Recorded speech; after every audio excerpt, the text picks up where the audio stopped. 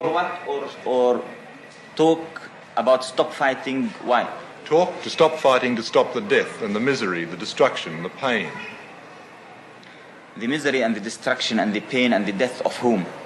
Of Palestinians, of Israelis, of Arabs. Of the Palestinian people who are uprooted, thrown in the camps, living in starvation, killed for 20 years, and forbidden to use even the name Palestinian. El Movimiento de Liberación Palestino no es un movimiento racial con intenciones agresivas contra los judíos, no está dirigido contra los judíos. Su objetivo es destruir el Estado de Israel como establecimiento militar, político y económico que se basa en la agresión, la expansión y la conexión orgánica con los intereses imperialistas en nuestra patria. Está en contra del sionismo como movimiento racial agresivo conectado con el imperialismo que ha explotado los sufrimientos de los judíos como trampolín para la promoción de sus intereses y los intereses del imperialismo en esta parte del mundo que posee ricos recursos y proporciona un puente de plata hacia los países de África y Asia. El objetivo del Movimiento de Liberación Palestino es establecer un Estado nacional democrático en Palestina en el que tanto árabes como judíos vivan como ciudadanos con igualdad de derechos y obligaciones y que constituya una parte integral de la presencia nacional árabe democrática progresista que conviva pacíficamente con todas las fuerzas de progreso del mundo. Israel ha insistido en presentar nuestra guerra contra él como una guerra racial cuyo objetivo es eliminar a todo ciudadano judío y arrojarlo al mar. El propósito detrás de esto es movilizar a todos los judíos para una lucha de vida o muerte. En consecuencia, una línea estratégica básica en nuestra guerra contra Israel debe tener como objetivo desvelar esta tergiversación, dirigirse a las masas judías explotadas y engañadas y revelar el conflicto entre el interés de estas masas por vivir en paz y los intereses del movimiento sionista y las fuerzas que controlan el Estado de Israel.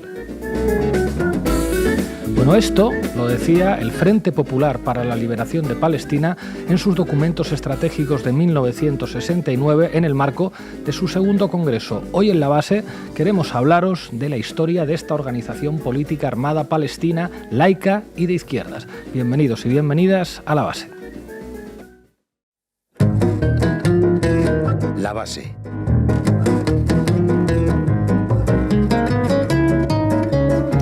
Frente Popular para la Liberación de Palestina, la izquierda armada palestina, una organización con muchísima historia y con análisis que a nuestro juicio son muy valiosos para entender no solamente el pasado, sino también el contexto actual. Irene Zugasti, ¿qué nos traes? Pues un recorrido precisamente por esa historia revolucionaria del FPLP desde su fundación hasta hoy.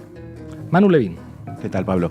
Hubo un tiempo, especialmente en los años 70, donde el Frente Popular para la Liberación de Palestina fue mayoritario dentro de la resistencia palestina. Vamos a analizar el papel de los poderes mediáticos israelíes y occidentales en el hecho de que dejara de serlo. Y hoy contaremos con Daniel Lobato, es activista y analista, y también con Mayet Tipsi, doctor en Derecho Internacional y militante del Frente Popular para la Liberación de Palestina. Arrancamos, Xavi. La base de datos. Informa Irene Zugasti. Todo tuyo, compañera. Bueno, sabemos que Israel, en su política genocida de exterminio, quiere borrar a Palestina, su presente, su futuro y su pasado, su memoria.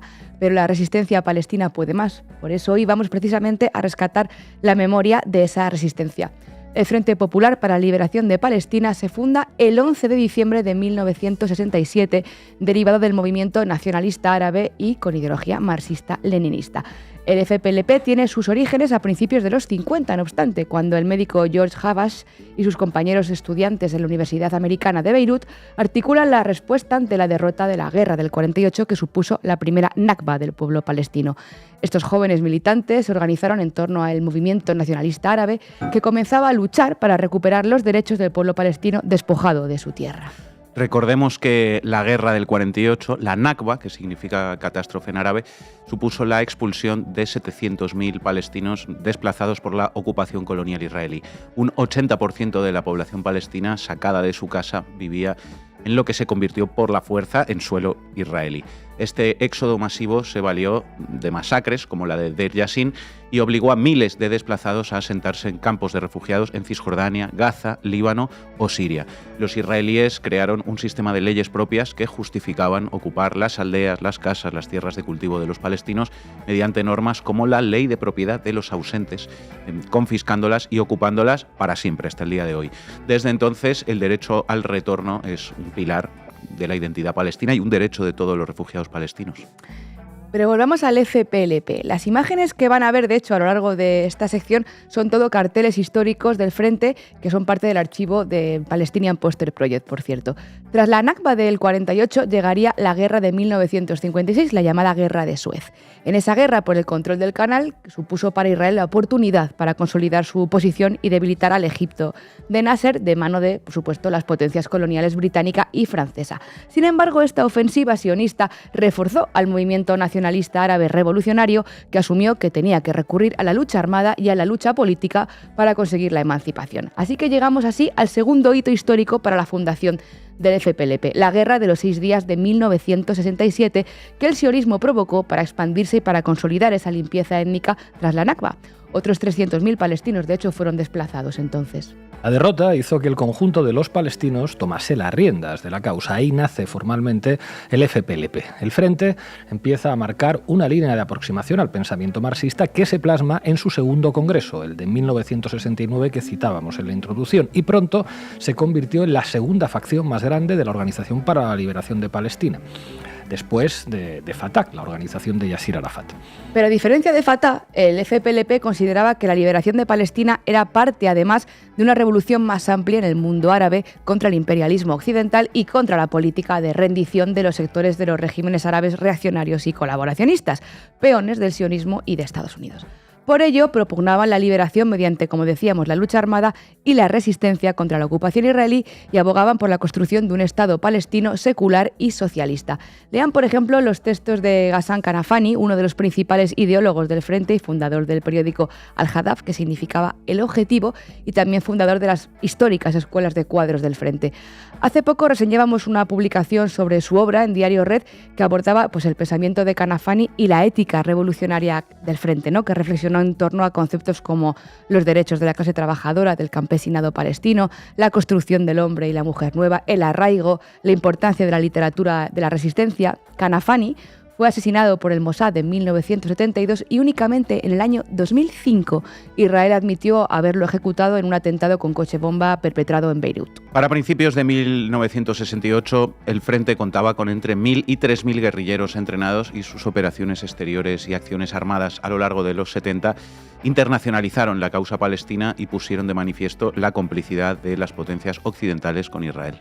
Guerrilleros y guerrilleras, porque la mujer palestina se incorporó muy rápidamente a la resistencia en todos los ámbitos, políticos, militares, culturales, académicos. Laila Khaled, Hanan Asraoui, Dalal Salama, Khalida Harrar han sido figuras determinantes en el FPLP con un papel de vanguardia. Recuérdenlo siempre que escuchen cómo caricaturizan a las mujeres palestinas como si fueran meramente víctimas o mujeres sin poder ni voz y las instrumentalizan para la propaganda israelí. De hecho, una de las acciones más famosas del Frente, después os hablaré un poco más de esto, fue el secuestro de varios aviones conocido como Dawson Field en septiembre de 1970, una serie de operaciones que fueron llevadas a cabo por líderes del Frente Popular para la Liberación de Palestina como Leila Khalid. Los guerrilleros se hicieron con 4 aviones, 3 con destino a Nueva York y 1 con destino a Londres. 3 de los aviones fueron obligados a aterrizar en Dawson Fields, una ex base aérea de la Royal Air Force cerca de Sarqa, Jordania, renombrada por los guerrilleros como Aeropuerto de la Revolución. Estas acciones y un intenso trabajo político en la diáspora en los años 60 y 70 permitieron al FPLP desarrollar relaciones con estados y con movimientos revolucionarios de todo el mundo, como por ejemplo el Frente Polisario, las Brigadas Rojas o las RAF alemanas. En esos años, el Frente también puso en el mapa la resistencia palestina, aunque a la interna las tensiones en el seno de la OLP se fueron haciendo cada vez más evidentes, especialmente tras lo que comentaba Manu, la crisis del Septiembre Negro. Ocurrió tras ese secuestro y aterrizaje de un avión en Dawson Field, del suelo jordano, en 1970.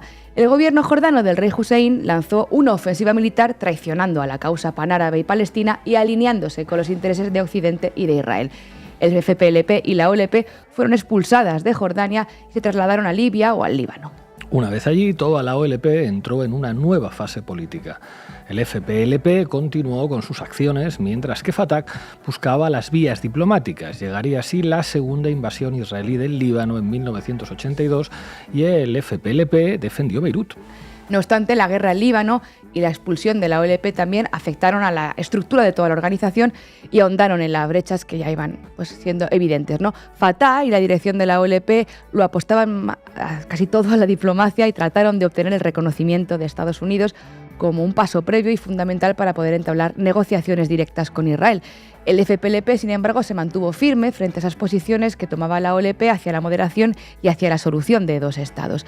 Previamente, en los 80, la que hemos comentado, la invasión del Líbano y la desaparición del bloque soviético serían también elementos muy influyentes a la hora de frenar el desarrollo del FPLP. Durante la primera intifada, en 1987, el frente combatió junto al levantamiento popular de Cisjordania y de Gaza contra la ocupación israelí. Este amplio levantamiento desplazó también el equilibrio de la OLP de la diáspora, así como de vuelta a la patria, ¿no?, al suelo palestino. La primera intifada también, además, vio nacer a la primera organización palestina fuera de ese marco, de esa órbita de la OLP, que obtuvo un amplio apoyo popular. Era Hamás, el movimiento de resistencia islámica. Esa primera intifada llegaría hasta los acuerdos de Oslo de 1993. El FPLP, junto con Hamás, rechazaron el acuerdo secreto que se había alcanzado en la capital noruega para implantar la Autoridad Nacional Palestina en sustitución de la OLP, de la Organización para la Liberación de Palestina, algo que iba en contra del centralismo democrático que propugnaba el FPLP. Desde esos acuerdos de Oslo, la estrategia sionista para eliminar al FPLP ha continuado y en ese transcurso de tiempo han ocurrido muchas cosas, desde la segunda intifada, que fue de 2000 a 2005, si recuerdan, al asesinato del secretario general de Abu Ali Mustafa en 2001 o la detención de su sucesor, de Ahmad Sadat, que a día de hoy sigue encarcelado desde 2002. Además, el Frente ha sido declarado una organización terrorista, adivinen dónde. Efectivamente, sí, ahí. Ha sido designada como organización terrorista extranjera por el Departamento de Estados Unidos desde 1997. La Unión Europea también incluyó al FPLP en su lista de organizaciones terroristas desde el año 2002, tras los ataques del 11S, cuando se intensificaron las medidas globales contra el terrorismo propugnadas por Estados Unidos y asumidas por Bruselas. Canadá designó también al FPLP como entidad terrorista en 2003 y Japón le incluyó en su lista en 2002, alineándose también con estas medidas internacionales post-11 de septiembre. Israel ha considerado al FPLP una organización terrorista, desde su fundación, ¿no?, desde el 67, aunque formalmente lo hizo en el 70. En 2021, el ministro de Defensa israelí, Benny Gantz, designó además a 6 organizaciones no gubernamentales, 6 ONG palestinas, como terroristas también por supuestos vínculos con el FPLP. Pese a los altibajos, el FPLP se mantiene activo como una organización a día de hoy y mantiene también los pilares que lo fundaron, el rechazo al colonialismo y su visión de una Palestina libre y socialista. Gracias, compañera. أقصد قرار مجلس الأمن رقم 242 الذي رفضته الثورة الفلسطينية ورفضته جماهيرنا العربية رفضته إدراكا منها لبديهية بسيطة واضحة وهي أن الوجود الصهيوني والإمبريالي في وطننا لا تمكن مجابهته ولا يمكن دحره وطرده وسحقه. Manu Levin, todo tuyo. Pues vamos con ello, compañeros. Titulares al banquillo. El análisis mediático de Manu Levin. Hay muchos factores que se pueden analizar, estábamos comentando algunos de ellos, para comprender el declive relativo del FPLP en el seno de la resistencia palestina a partir, sobre todo, de los años 80. La represión militar israelí, por ejemplo, el asesinato de Ghassan Kanafani en 1972 y las continuas agresiones tanto en el Líbano como en los territorios ocupados, la línea que se impuso en la OLP de apostar por la negociación con Israel, como los acuerdos de Oslo del 93, la pérdida de apoyo externo tras la Guerra Fría y los cambios políticos en Siria el ascenso del Islam político. Todos estos serían elementos que habría que plantear, pero otro de ellos tiene que ver con el papel de los poderes mediáticos, tanto israelíes como occidentales, cuyo rol en la demonización de la resistencia palestina vinculada al FPLP fue fundamental para aislar y derrotar a este grupo revolucionario en beneficio de otras facciones del Movimiento de Liberación Nacional Palestino. Hoy en la base, el papel de los medios de comunicación sionistas de Israel y sus metrópolis en la ofensiva contra la izquierda armada palestina. Que no fue un papel menor y que sigue siendo clave hoy, lo sabemos bien aquí, para criminalizar al movimiento palestino el papel de los medios de comunicación. Es muy interesante, más en concreto, analizar cuál fue el discurso mediático contra el FPLP durante los años 70. Es un trabajo muy de ratón de biblioteca, porque muchos de aquellos materiales de hace 5 décadas no están digitalizados o es caro acceder a ellos mediante suscripciones, pero yo os traigo aquí un breve resumen del análisis y algunos ejemplos. Hablábamos en concreto de la década de los 70 porque ahí tuvieron lugar algunos de los acontecimientos clave en la trayectoria de lucha del FPLP y de la represión contra el grupo revolucionario. Los espectaculares secuestros de aviones que hizo el Frente para intercambiar rehenes por prisioneros palestinos, como los de Dawson Fields en Jordania, que comentábamos en 1970, o en Entebbe, Uganda, en el 76, así como el asesinato de Kanafani en 1972. Exactamente. Ahora vemos algunos ejemplos, pero os resumo, si os parece, el manual de destrucción mediática del FPLP que aplicó la prensa israelí y occidental, en particular la estadounidense, británica y francesa. 1. El FPLP no es un grupo palestino que resiste contra una ocupación ilegal, algo amparado por el derecho internacional. El FPLP es un grupo terrorista. Al presentar al FPLP como una organización terrorista, la prensa sionista contribuyó a su aislamiento diplomático e internacional y a su exclusión de las negociaciones políticas como las que dieron lugar a los acuerdos de Oslo, por ejemplo. 2. Colaboración con la represión. La cobertura mediática de las acciones del FPLP facilitó la justificación de los asesinatos y atentados terroristas israelíes contra militantes y dirigentes del FPLP y allanó el camino a la presión de Estados Unidos y Europa para que se clasificara al FPLP como grupo terrorista. Lo que a su vez dificultó su actividad a todos los niveles, en particular, pues claro, su financiación. 3. Omisión de su programa político y social. El FPLP, marxista-leninista, lo estábamos contando, propugnaba una revolución social en términos de clase y de género. Sin embargo, como parte del trabajo mediático destinado a diezmar al grupo, la prensa israelí y occidental jamás dijo una sola palabra sobre eso, hizo desaparecer toda aquella dimensión política de los imaginarios sobre el frente y se enfocó una y otra vez únicamente en sus acciones armadas. Todo para construir la imagen despolitizada de una banda de locos sanguinarios que tomaron las armas por un injustificado y bárbaro amor a la violencia. Exacto, términos como terroristas, radicales, extremistas, hasta en la sopa y al mismo tiempo, cuarto ingrediente, ausencia total de contextualización de las acciones del FPLP, de su trasfondo histórico, como la Nakba del 48, o de las condiciones de vida en los territorios ocupados por Israel. Una condición necesaria para construir la idea de un grupo que comete acciones de violencia injustificada y gratuita y que sigue marcando por completo el presente en el discurso mediático sobre la resistencia palestina. Efectivamente, lo sabemos bien. No hay 77 años de ocupación y de limpieza étnica. Hay unos terroristas que el 7 de octubre se volvieron locos e Israel, pobre, solo se defiende de ellos. Esto tiene que ver con el quinto ingrediente del manual. Enfoque en las escasas víctimas israelíes, información sobre sus nombres, sus rostros, sus historias, que busca siempre la empatía, por encima de las infinitamente más numerosas víctimas palestinas, que parece pues que no son humanas, algo que sirve para dar forma a una narrativa de victimización unilateral que se completa con el punto 6, que es la ausencia total de voces palestinas en la información, entre comillas, en este caso sobre la lucha del FPLP. Es rarísimo, por no decir imposible, hacer la prueba, encontrar un solo ejemplo de un diario occidental que en su cobertura de la lucha del FPLP haya incluido la perspectiva, los comunicados o las declaraciones de líderes o simpatizantes palestinos del frente. Veto mediático a su mensaje político, lo cual nos devuelve, ¿verdad?, al punto 1. No son revolucionarios, son terroristas, cual pescadilla que se muerde la cola. Este es el resumen del manual mediático de destrucción del FPLP, aplicable, por supuesto, a otras organizaciones enfrentadas a los poderes coloniales occidentales en otros momentos y en otros lugares. Claro, pensadlo. En todos estos meses de genocidio, ¿recordáis alguna vez, simplemente una vez, que hayáis visto, por ejemplo, en la televisión, reproducir algún comunicado público de las organizaciones políticas de la resistencia palestina? Una vez. Buena pregunta, ¿verdad? Ni lo han visto ni lo verán, porque la única representación mediática de la resistencia palestina tiene que ser la de unos bárbaros que sostienen unos lanzacohetes de vez en cuando en tu pantalla. Pero volvamos a la hemeroteca. Días entre el 6 y el 13 de septiembre de 1970, secuestros de Dawson Fields. Recordemos una vez más brevemente. En aquellas fechas, el FPLP llevaba a cabo el secuestro simultáneo de varios aviones comerciales que desvió a Jordania con el objetivo de intercambiar a los rehenes por prisioneros palestinos. Tras hacer desembarcar a todos los pasajeros, el grupo hizo estallar las aeronaves. No hubo víctimas mortales, el único muerto fue uno de sus propios militantes.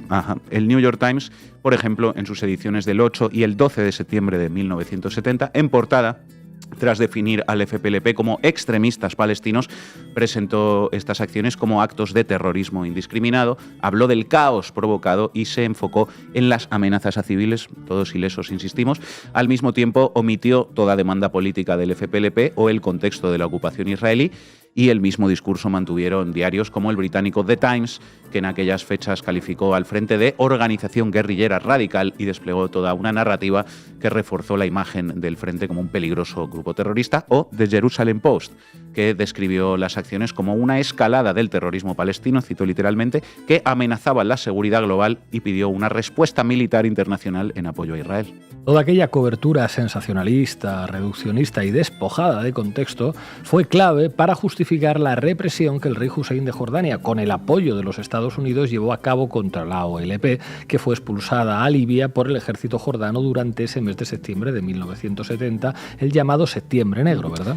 Las guerrillas del Septiembre Negro, escribió el corresponsal del New York Times en Libia en octubre del 72. Un experto en inteligencia palestino de vida dura, cuyo padre fue asesinado por sionistas hace un cuarto de siglo. Árabes mayores, veteranos de Al-Fatah, que aprendieron sobre terrorismo de la temida hermandad musulmana. Veneno, granadas de mano de fabricación soviética, metralletas de fabricación británica, supuestamente transmitidas por el régimen libio.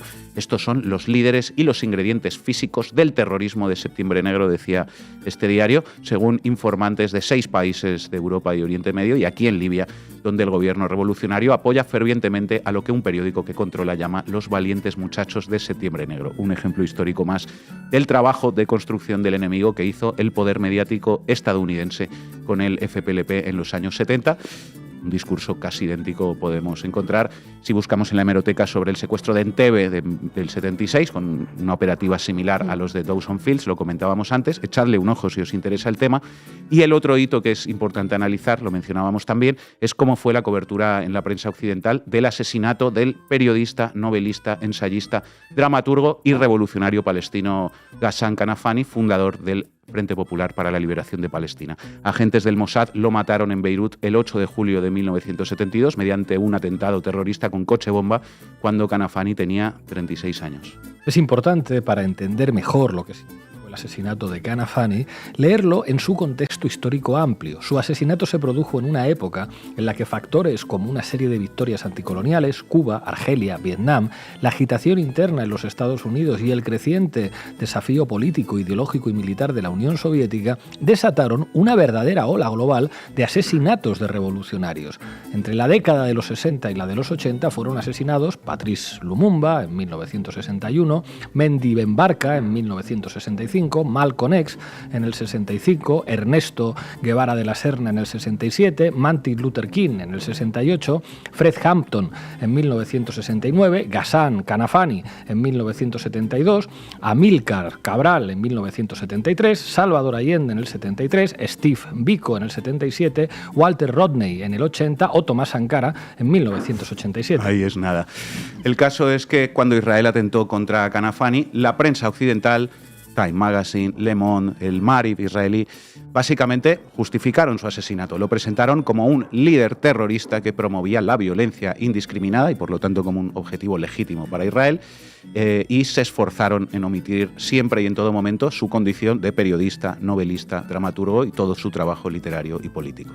Así, de esta manera, la prensa sionista deshumanizó a Kanafani, retratándolo como un simple terrorista en lugar de como lo que era, un escritor, un intelectual y un líder político. Con ello, buscó la aceptación internacional de su asesinato y dañó la imagen pública del FPLP. Así es la historia y así sigue siendo, porque es bastante significativo. y bastante elocuente también sobre el miedo que algunos le siguen teniendo al viejo fantasma, comprobar cómo los poderes mediáticos siguen persiguiendo al FPLP, incluso refiriéndose a aquellos mismos hechos 50 años después. The Jerusalem Post en 2020, Septiembre Negro, el otro 11S, la historia del otro 11 de septiembre.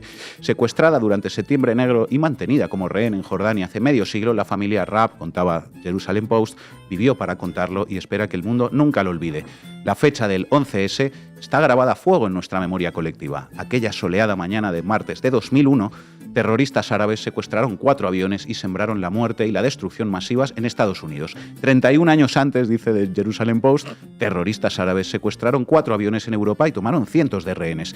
Y aunque el incidente se desvaneció en la memoria colectiva mundial, la fecha del 11S quedó grabada a fuego en la memoria de David Raab.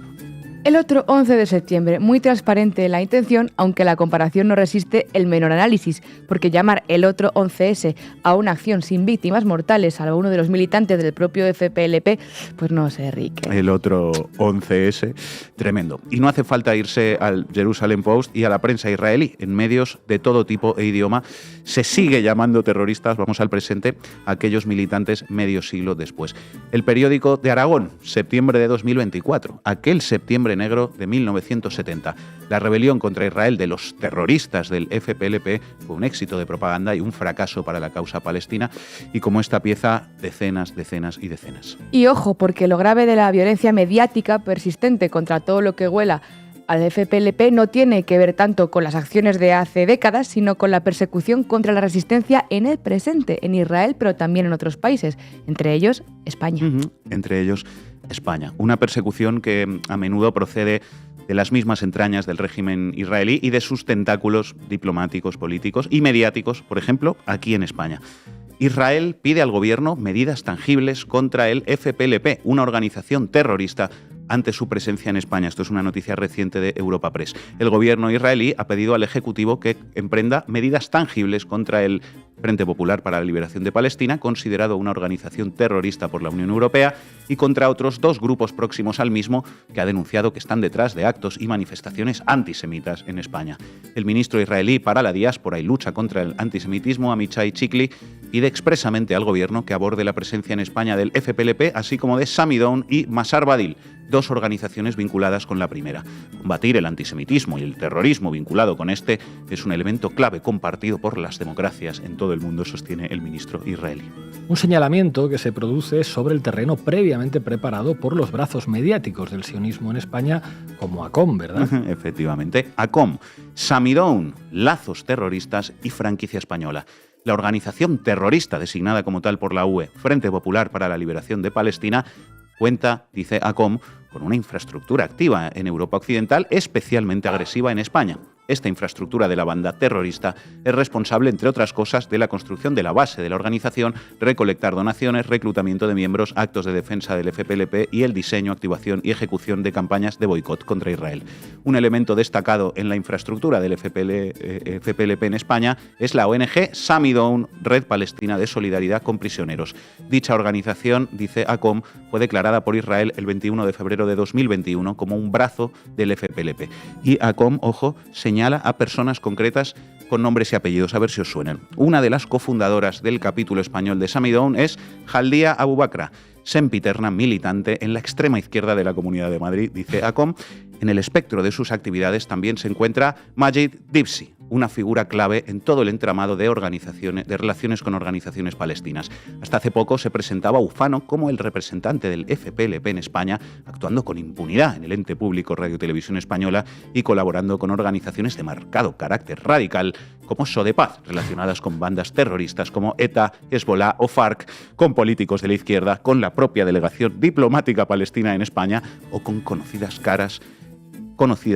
por sus proclamas filo-yihadistas y desprecio a las víctimas del terrorismo. Jaldia Abubakra nos acompañó hace unos días aquí en la base en otro de los episodios que dedicamos a Palestina. Majid Dibsi estará hoy con nosotros aquí en la base en Canal Red y estamos muy orgullosos de su presencia porque aquí sí hacemos periodismo. Gracias, Manu. The first mission was to hijack a plane, and this I never heard about hijacking, never. In our terminology, we have struggled we have fights, we have could be in prisons. But this terminology was very new to my mind. And okay, when I was trained, then PFLP, from the beginning, had a slogan, men and women are in the battle of liberation. Bueno, como decíamos, hoy nos acompañan el activista y analista político Daniel Lobato y Mayet Dipsy, doctor en Derecho Internacional y miembro del FPLP. Empiezo contigo, Daniel. ¿Se puede decir que a día de hoy, en 2025, existe una izquierda armada palestina? Sí, completamente. Entre otras cosas porque la sociedad palestina es igual o más plural y tan leída o más formada, incluso intelectualmente, que cualquier otra sociedad. Y porque además en una colonización, dado que habéis citado tanto y también a Ghassan Kanafani, en una colonización hay un componente radical, una dimensión radical de lucha de clases, ¿no? Muy evidente, como dijo el propio Ghassan Kanafani, a través de los tres enemigos del pueblo palestino. Uno, el imperialismo, a través de esa dimensión que es el sionismo y la colonización en Palestina. Otro, las oligarquías árabes regionales. Y un tercero, que son las oligarquías árabes nativas. En toda colonización, pero específicamente también en la Palestina eso ha ocurrido. Las oligarquías árabes nativas pues podemos asociar con Mahmoud Abbas, las regionales con el reino emiratí, el reino saudí, etcétera, o esa dimensión de clase la tiene muy asumida en general toda la población palestina. Por tanto, el sustrato ideológico lo tiene asumido la mayor parte del pueblo palestino. Otra cosa es que las organizaciones en las evoluciones de las luchas de liberación nacional van mutando, van evolucionando y, por supuesto, habéis dicho, una represión mayor al Frente Popular de Liberación de Palestina, unido a quizá algunos errores propios también, con la ambigua situación con respecto a los acuerdos de Oslo, pero además también con una evolución geopolítica, con un debilitamiento global de las izquierdas a partir de los años 90, la emergencia del Islam político, la falta de patrocinio frente a otras organizaciones palestinas que han sido más patrocinadas, pues bueno, eso configura también una realidad que no quiere decir en el ámbito cualitativo que las ideas del Frente Popular y de la ideología de izquierdas en la resistencia palestina hayan desaparecido. Otra cosa es el tamaño, lo cuantitativo, el tamaño de las organizaciones, pero podemos entender que hoy, dentro del propio liderazgo de la resistencia palestina que tiene Hamas, hay componentes probablemente como podemos ver en Yemen, en Ansarollah, componentes que provienen del marxismo de la antigua República del Sur de Yemen, o como hoy que beben en Palestina de las fuentes de la ideología marxista, ¿no? Por tanto, aparte de eso, yo creo que también hay un componente desde parte de la izquierda europea en una cierta añoranza también en exceso de lo que era el Frente Popular en los años 60 y 70 y en este caso pudiendo hasta descalificar, deslegitimar o infravalorar a lo que supone hoy un frente heterogéneo de resistencia palestina, en el cual está el Frente Popular, por supuesto, con sus brigadas en Gaza de misiles, de mortero, de artillería, de inteligencia, tal cual como Hamas, en menor escala, pero exactamente igual, pero hay una cierta, digamos, como digo, infravaloración o desprestigio por parte de ciertas izquierdas europeas, incluso a veces hasta insultantes, con las fuerzas en este momento hegemónicas de la resistencia palestina, insultando incluso a Hamas, ¿no? En algunos casos. Yo creo que tenemos que evitar el tener una añoranza en exceso con el pasado, en entender que las ideas atraviesan todas las capas de la sociedad palestina y todas las organizaciones de la resistencia palestina. Por ejemplo, hoy las brigadas de Hamas, las brigadas militares, tienen el nombre de Izzeddin al-Qassam, el primer combatiente anticolonial en Palestina, pero que eran el nombre de las brigadas militares del Frente Popular en origen. Las primeras brigadas militares del Frente Popular se llamaban Izzeddin al-Qassam hasta que fueron reemplazadas por Abu Ali Mustafa, etc., ¿no? Por tanto, eso todo va atravesando y eso permanece, ¿no? Yo creo que eso es lo que tenemos que tener en cuenta. Y como hemos visto en los vídeos en este año y medio de resistencia en Gaza, no solo hemos visto las acciones en solitario del Frente Popular, de las brigadas militares del Frente Popular, sino también en conjunto con las de Hamas, con las de Yihad Islámica. Hemos visto al portavoz del ala militar del Frente Popular, Abu Jamal, hacer vídeos con declaraciones, como veíamos al portavoz del ala militar de Hamas, Abu Obeida, también hacer ese tipo de declaraciones sobre el progreso de las acciones en Gaza. Y, por tanto, bueno, entender esa intersección de todas las ideologías, y eso se ha visto también, y ya me voy a ir acabando, con, por ejemplo, cuando se han planteado los intercambios de prisioneros de guerra, que la resistencia palestina, liderada por Hamas, ha planteado una lista de prisioneros a liberar por parte del régimen colonial israelí, y entre ellos han estado mujeres marxistas, especialmente, por ejemplo, hemos visto a Khalida Jarrar sometida a un grado de tortura en las cárceles, las mazmorras israelíes,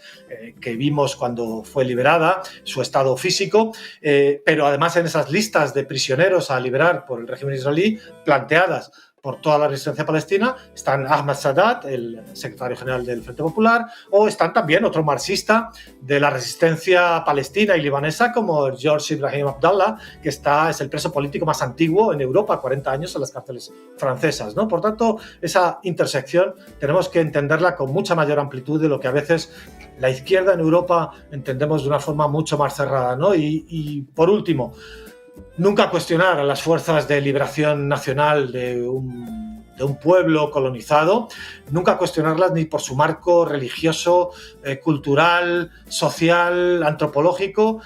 Lo que requieren es todo nuestro apoyo, independientemente de cuál es su marco sociocultural, ¿no? Y no se les cuestionaba a los Sioux por cortar cabelleras, a los colonos invasores que provenían de Europa, no se les cuestionaba a los nativos sudafricanos negros, a los vietnamitas o a los argelinos en su legitimidad por confrontar a sus poderes coloniales porque tuvieran otra religión diferente a la europea, y por tanto no debemos cuestionar a ninguna de las facciones de la resistencia palestina.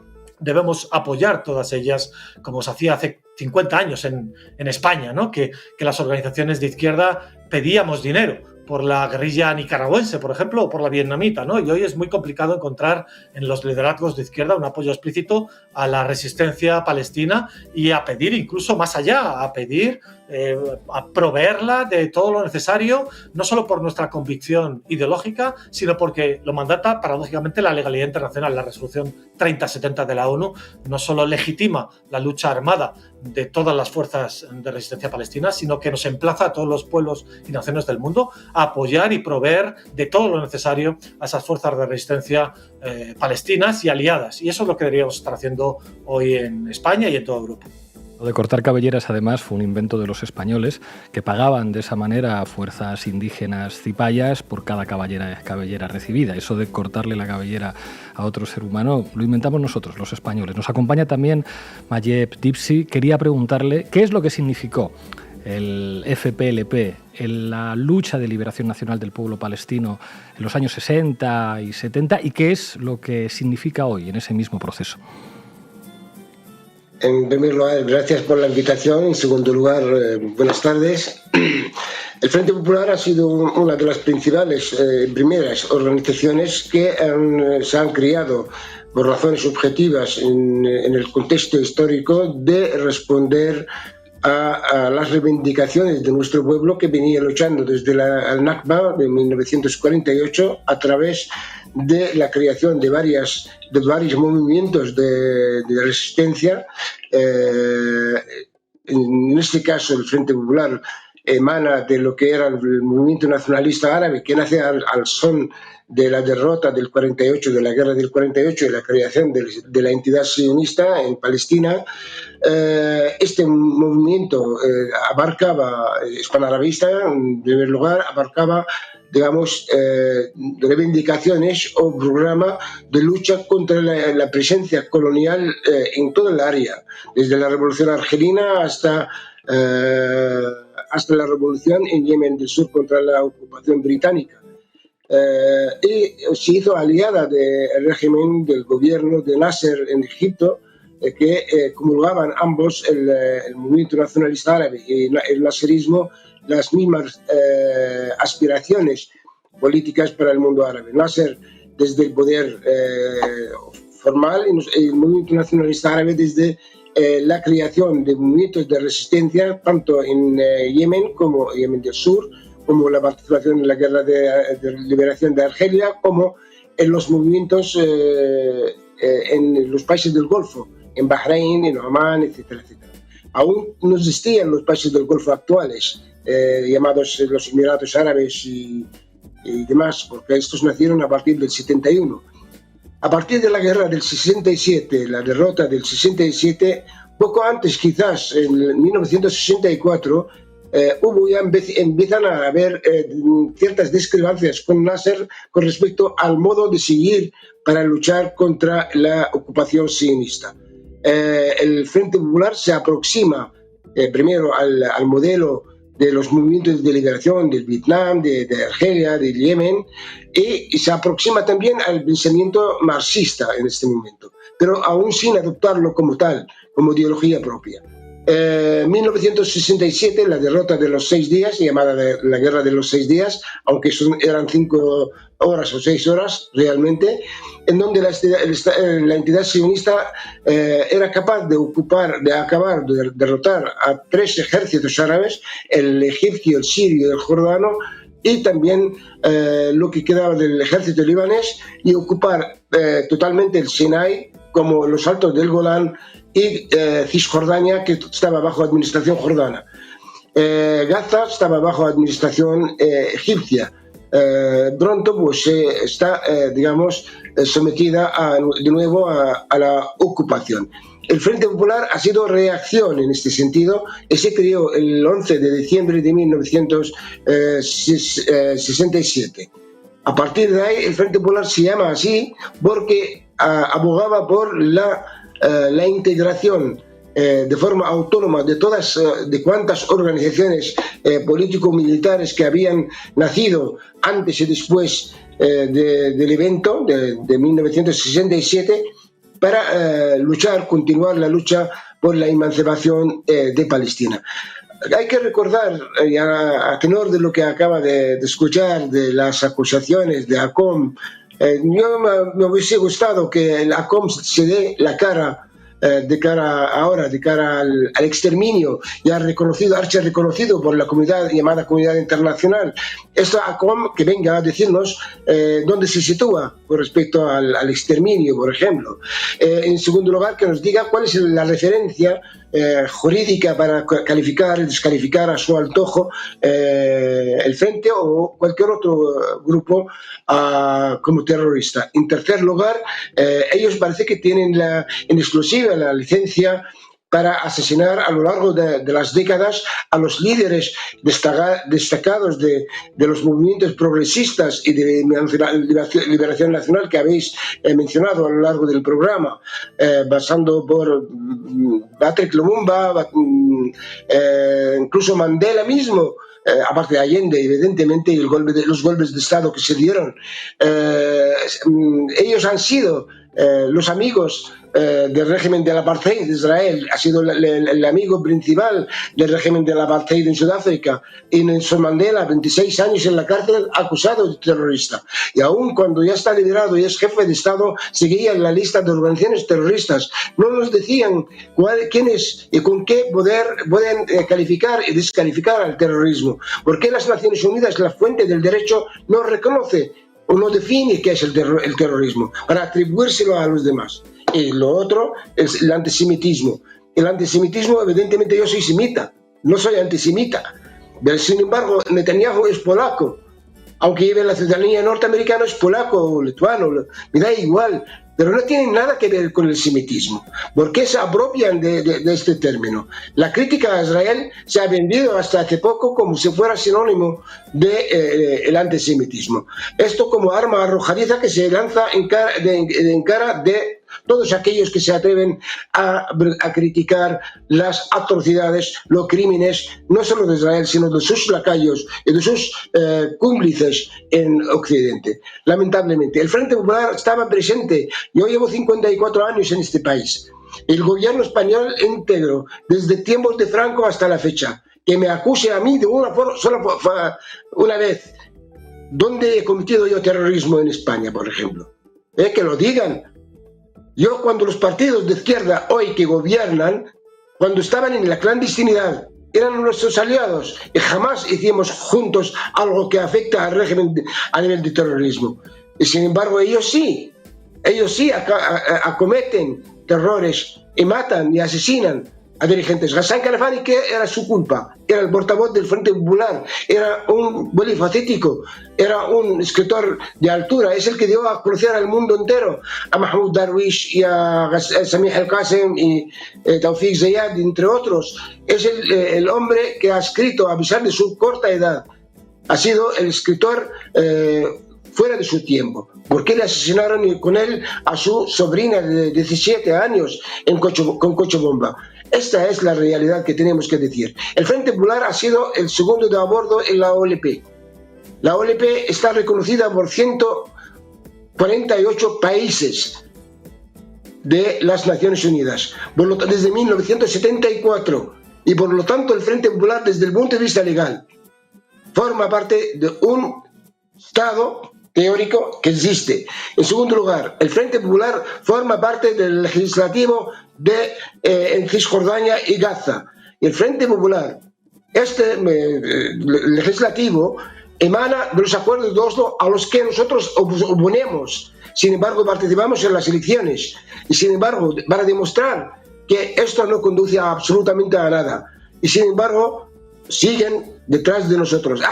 Abu Ali Mustafa, nuestro secretario general, aparte de miembro del Consejo Nacional Palestino y del Legislativo en Cisjordania, le asesinaron con 2 misiles en su despacho. Y después cogieron a Ahmad Saadat, secretario general, y ya lleva 25 años en las cárceles israelíes. Le secuestraron de la cárcel de la retención de Jericó, que estaba custodiado por ingleses y británicos y americanos, y intimidaron a ambos, por no decir, se han convertido en cómplices suyos y le trasladaron a las cárceles israelíes. Khalida Jarrar es una diputada elegida del pueblo palestino, fue detenida en varias ocasiones. Murió su hija y no la dejaron ni siquiera asistir al entierro. Ese es el terrorismo que ellos dicen que nosotros representamos. El Frente Popular, con todo orgullo, forma parte del movimiento progresista y de resistencia a nivel internacional. Eso que lo sepan. Nosotros sí defendemos legítimos derechos de nuestro pueblo. Y mientras haya ocupación de mi tierra, nosotros tenemos el legítimo derecho, y así lo establece el derecho internacional, así lo establece la Carta de las Naciones Unidas, así lo dice muchas resoluciones, entre ellas el 3236, que dice el pueblo palestino tiene derecho a la resistencia armada. Esta es, o ellos se consideran por encima del derecho, o que se callen para siempre. Esta es la realidad. Y si quieren enfrentamiento cara a cara, de cara a la opinión pública, porque la lista de organizaciones terroristas establecida por Europa lamentablemente se hizo a instancia de Estados Unidos. El Frente Popular, como Al-Fatah, como las otras organizaciones, estaban actuando de forma legal a través de la Unión General de Estudiantes Palestinos y de la Asociación de Escritores y Periodistas, y entre otras, y de médicos, en el Estado español, con todo respeto, y el gobierno español, los gobiernos, sucesivos gobiernos, inclusive de derecha, sabían que el Frente Popular existía. ¿Por qué ahora la moda de que ACOM, no sé cuál es su perfil, que dé la cara para decirnos de qué forma ellos se defienden con el exterminio? Si es así, que nos lo digan. Daniel Lobato, Mayed Dipsy, muchísimas gracias a los dos por los análisis. Creo que hoy hemos hecho un programa muy especial que va a servir sobre todo para que mucha gente joven interesada en la causa palestina aprenda algunas cosas. Gracias de corazón y mucha fuerza y mucha suerte con todo. Llegamos al final del programa. Recuerden hacerse socias y socios de Canal Red en apoya.canalred.tv o en el QR que aparece aquí a mi izquierda. Les dejamos con un tema de coyuntura más arte, Libre Palestina. Hasta mañana.